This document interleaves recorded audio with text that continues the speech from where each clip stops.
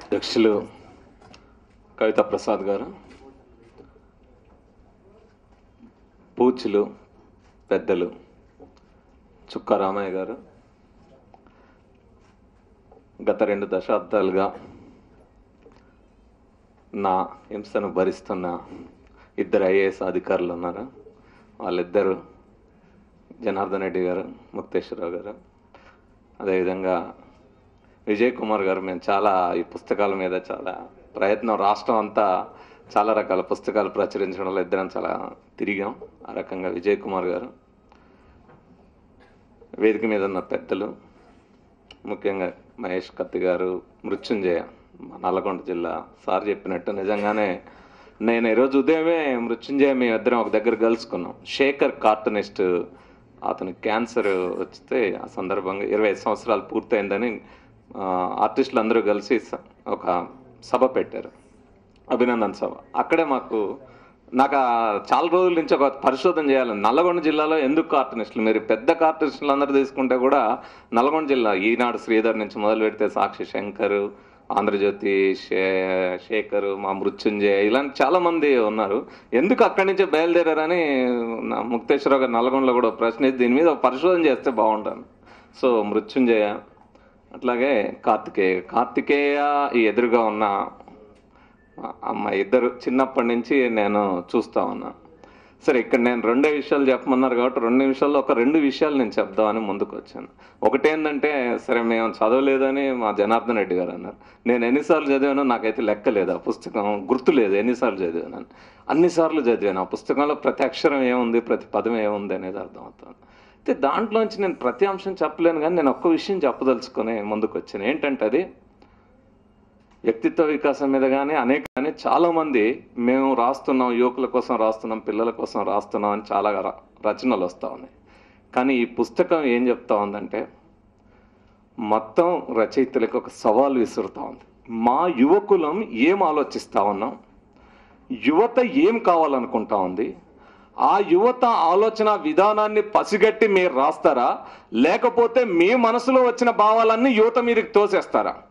So మా కోసం మేము ఆలోచించడం మొదలు పెట్టాం.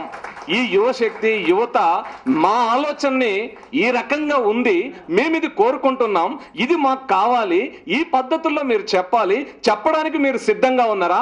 ఆ రకంగా కొత్తగా ఆలోచించడానికి మీరు సిద్ధంగా ఉన్నారా? ఆ ఆలోచనలు మీరు పెట్టండి, మా గురించి మా స్థాయిలో ఆలోచించండి తప్ప మీ స్థాయిలో ఆలోచించి మా బుర్రల్ని నింపితే అది మేము స్వీకరించడానికి సిద్ధంగా లేము అనేది అందులోంచి చెప్పబడిన మొదటి అంశం. 2వ అంశం నేను చెప్పదలుచుకుని, చాలామంది మేము వెళ్ళి కలుస్తున్నప్పుడు అన్నారు, ఏంటి తెలుగులో రాసావా, బీటెక్ స్టూడెంట్వా, తెలుగులోనా పుస్తకం రాసావా అంటే? ఆంధ్రప్రదేశ్లో తెలుగులో పుస్తకం బీటెక్ స్టూడెంట్ రాయడం అనేది, బీటెక్ చదివిన ఆయన తెలుగులో మాట్లాడడం రాయడం అనే ఒక పెద్ద మూఢనమ్మకం సమాజంలో ఉంది. ఆ మూఢనమ్మకాన్ని ఛేదించినందుకు కూడా నేను కార్తికేయను అభినందిస్తున్నాను. తెలుగులో బీటెక్ చదివితే తెలుగులో రాయరు అంటే, బీటెక్ చదవడానికి ఇంకా అసలు తెలుగుతో సంబంధం లేదా? ఆ రకంగా నిజంగానే అంటే సమాజం ఎటువైపు ఆలోచిస్తూ ఉంది అనేది కూడా ఆలోచించండి. ఇక చివరిగా నేను కార్తికేయకి అంటే ఒక చిన్న సలహా ఇచ్చి బయటికి వెళ్తా. ఏంటంటే, అది పుస్తకంలో రాసుకున్నాం కదా పొగడతలకి, సో దాన్ని ఇక్కడే ఈ స్టేజీ మీద ఆపేసి మళ్ళా రేపటి నుంచి చేయాల్సిన పనిలోకి వెళ్ళాలి. ఈ పొగడతలతో మళ్ళా మనం ఇంకో రకంగా మారిపోకూడదు. అయితే ఒక్కటి మన రామయ్య గారు అంటే వారు చెప్పడం ఆయనకి ఇష్టం లేదు, కానీ నేను మాత్రం ఈరోజు సభకి నిన్నటి నుంచి రామయ్య గారు రాలేను అని ఫోన్ చేసి చెప్పారు. నేను సార్ని ఏమనాలో అర్థం కాని పరిస్థితుల్లో ఉన్నా.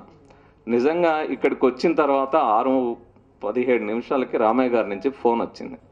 రమేష్, నేను రాకుండా ఉండలేకపోతున్నాను, నువ్వేమైనా వచ్చి తీసుకెళ్ళగలవా అన్నాడు. సరే అండి అని నేను అర్జెంటుగా వెళ్ళాను.